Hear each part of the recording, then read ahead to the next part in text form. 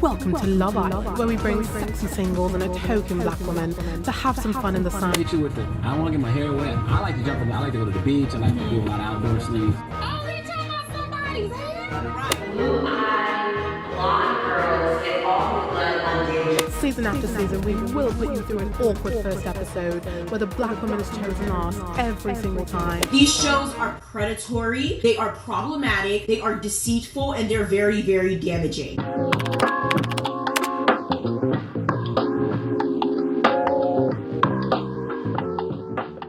Let's talk about black women and women of color on reality dating shows, because I've noticed a trend, not even just recently, but over time, that I absolutely have to speak on. I would be remiss if I didn't speak on it at this point, and that is just how much women of color, and I want to particularly emphasize black women in this video, have been highly mistreated, overlooked, and honestly humiliated to the point it's just beyond hurtful to watch and offensive. Being a black woman myself, it's just reinforcing this idea that white women are the standard of beauty, because we see time and time again how on these shows white women are chosen. They're always chosen, while black women and women of color are either chosen last or not at all. So today I just wanted to shed light on this issue, of course, as well as just share my perspective thoughts being a black woman myself. Also, just a quick disclaimer for this video, I am just expressing my own thoughts and feelings. If you take offense to anything I say, that was definitely not my intention. However, if the shoe fits, lace it up. I'm Amber, I'm 24, I'm from London, and I'm a nanny. I've dated so many different kinds of men. A lot of people say that I'm intimidating, which I am not intimidating. I am like the sweetest person ever. My name is Tanya. If I don't get attention from a guy, I'm very much not a beg. Finding love is really important to me. Maybe the right guy can calm me down a little bit. What really triggered and sparked today's discussion was recently I was watching a new dating show called Perfect Match. You've probably heard of it by now. It's on Netflix, but if you haven't heard of it, it's similar to a show called Love Island in that week after week, contestants match up with who they perceive to be their perfect match. There's 10 of us, and we all couple up. Here for a chance to find love, your perfect match.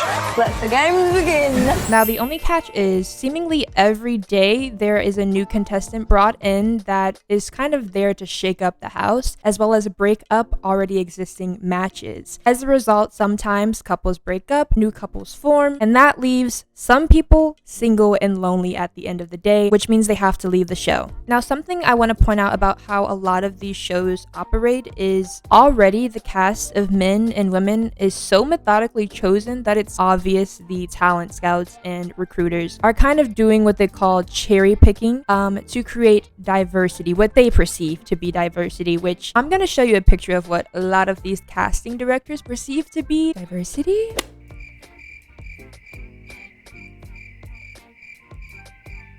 So really, on all of these shows, talent scouts and recruiters have this clear and concise race ratio of which they will just not operate out of. Now, that race ratio, meaning the number of white female contestants, say, to women of color contestants, tends to lean more in favor always of the white female contestants. I'm also not attempting to make up facts here. I'm simply just drawing a conclusion from the various different dating shows I've watched over a decade now. Which leads me into my first real point in this video, is that these shows were not created for us to begin with. To help me illustrate this to you in your mind, let's take a journey back to the earliest dating show there ever was, because I think it's important for context in how dating shows were literally created for white women by white men. And I know that sounds like a loaded statement, but follow me for a second. Keeping her isolated off stage in a soundproof room. Let's bring her on stage right now.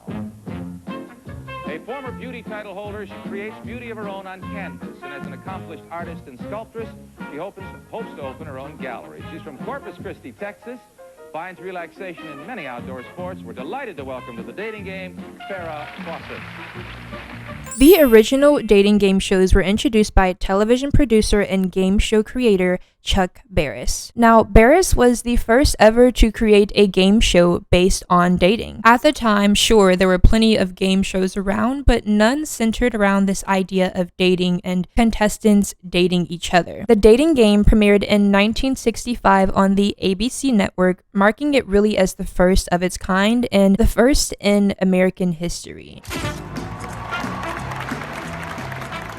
The premise was the female asking questions of 3 bachelors who sat on the other side of a partition. She wasn't able to see them, of course, and she picked one for a date, and then she met the guy that she had picked, and they were awarded a date. These male contestants were basically hidden out of sight as they were asked questions about their ideal partner and questions just about themselves. Something I can compare this to in today's world is actually a channel here on YouTube. It's called Nectar. And Nectar makes a lot of videos based on blind dating, where there is one man or one woman asking questions to a group of singles hidden behind a single white sheet or curtain. Hi, I'm Janie. Hi, nice to meet you. I'm here with Bloopy. It's an amazing name. She kind of looks like a bloop. What is a bloop? You know what? You'll see. Ooh. Okay. In the end, they can't really go off a person's looks, so all they can go off is chemistry, basically, from how the person answered their questions and if they connected based on that. And that is exactly how the dating game operated. Now, it's no secret that The Dating Game, a show created by a white man with white talent scouts on a white-owned TV network in the controversial era of the 1960s. Civil rights movement, ring a bell, anyone? It's no secret, basically, that The Dating Game featured primarily white contestants. Now, I really searched long and hard to find the presence of any black people on the show, and specifically black women. But I only really found 3 instances, and this isn't to say that the show didn't see more black people than the 3 instances that I found, but that just kind of goes to show how hard it was to find black people on the show just existing. Because even when you search up the show on YouTube or the internet, you're gonna get a lot of clips of white people. So the first picture I found is this picture that looks to be from the 1970s with 3 black male contestants, and another picture here showing 2 black contestants, male and female, blowing a kiss to the audience. Another instance that I don't really want to count, but like I have to count, is more so of a guest appearance. And like, guess who was on this show? I'm talking about the king of pop himself, Michael Jackson. Michael Jackson was on this show. He appeared on this show as a literal child. I think the Jackson 5 was still together, but Michael Jackson, even with the level of rising stardom unfathomable to any artist or person at the time, even his potential female suitors were limited to black women only, which, given the time period, of course, with racial tension and just interracial relationships being a very taboo subject at the time, no one really supported them. That all leads me to say that black contestants were brought on only to date each other. Are you following me here? And again, I'm not attempting to make up facts here, but the reality of the matter is that this show further constructed and confined race relations to the point of you date your kind and I'll date my kind. Now, one way we've seen this show up in today's reality dating shows is so subtle, you may not even realize it. It's snuck in so many times, honestly, and it may seem so harmless, but it's actually so harmful. What I'm talking about is when the cast of women and men have finally met each other and they kind of separate into their separate groups. The girls go have their girls talk, the guys have their guys talk, and they bring up first impressions, who they think each other is vibing with, and kind of what their ideal type are. Specifically in the girls combo, there's always this point of conversation that's brought up when it comes to the black woman, that she would look so good with the only other black guy in the cast. And I don't know, but to me, it's giving what I referenced earlier, that you date your kind and I date mine. But it's actually really harmful when non-black people push black people onto the only other black person within the vicinity, and that it's unimaginable for us to connect with anyone outside of our race. And of course, black love is beautiful. It's just giving, not racist, but it's just highly ignorant. At the end of the day, it's just boxing black women in. I think a lot of black women who grew up in predominantly white areas and attended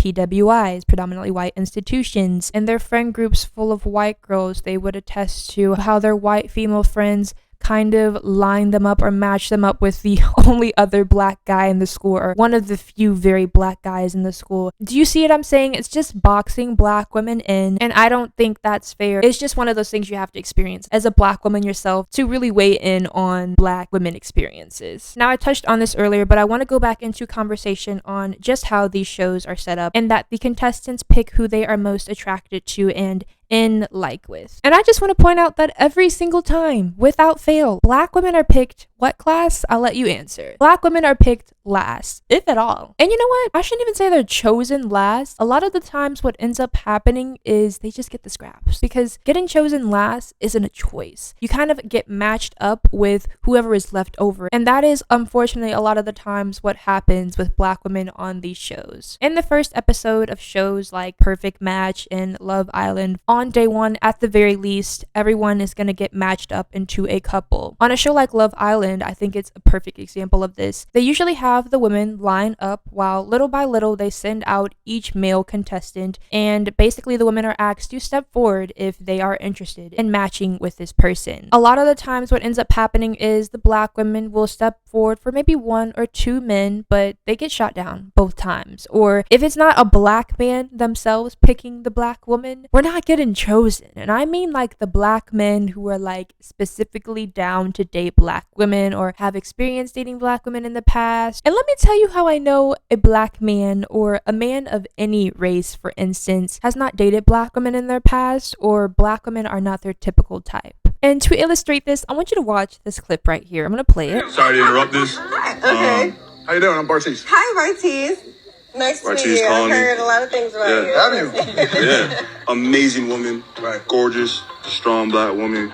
Like, works for herself. Gassing her up? Gassing up, you know what I'm saying? Gassing up a little bit. Yikes. When a man starts excessively referring to black women as a beautiful black queen, this beautiful dark chocolate drop melanin pop queen, you know what I'm saying? Like the excessiveness of it all and throwing out these over-exaggerated compliments, basically. You can tell with these kinds of men that they don't really know how to talk to or interact with black women. I need justice for Colony, because number one, the way that Dom looked at her the second he came down them stairs, what was the black sin? Like, he's never talked like that. And then gets back to the house and immediately passes her to the homie, like, no words. The interaction is just suddenly awkward, and they have to suddenly talk to you like a sister. Like, what do you mean? It's just beyond cringe, and I think the biggest reflection that a man has never really dated a black woman in his past, or that black women aren't his typical type. And I mean, like, that's fair. I still kind of personally don't get the whole thing of having a preference based on race. That whole topic of preferences is confusing to me, because I have just grown up, like, even in a predominantly black area, I've grown up being attracted to all races. Like, I do not discriminate. Everyone knows this about me. But basically, getting back on the subject, these excessive girl empowerment compliments are usually ways these men try to friend zone us. You know, to label us as the home girl. And going back to what I was saying earlier before I took this long diversion, if a black man who is like kind of, they say pro-black women or like pro-black, if that man isn't picking the black woman, no one really is. And the black women get left with whatever's left over. Which already we're off to the start that there is no romantic connection. Maybe say the black woman is feeling this man, but this man isn't feeling her. And like I said, he's like referring to her as the home girl. He's quickly friend zoning her before they even really get to know each other. And quite frankly, if these black women aren't matched up with a man who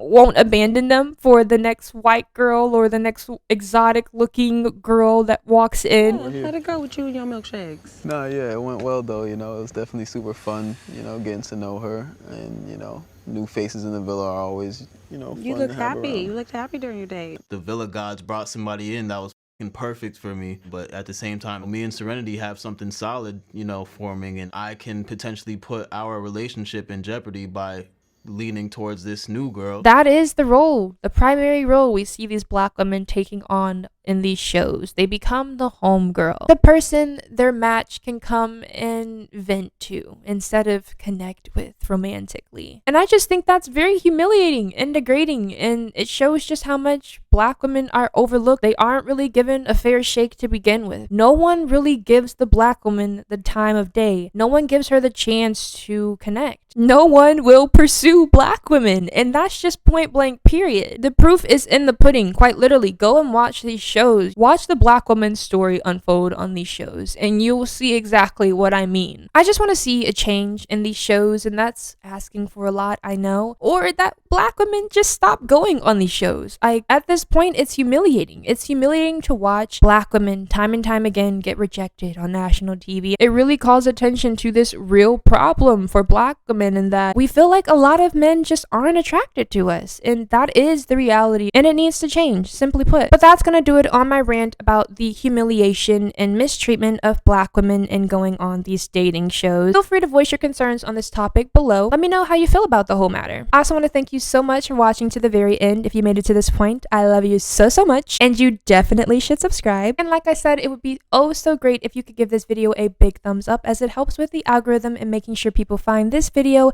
as well as my channel. But with all that being said, guys, I'll see you in my next video. Bye!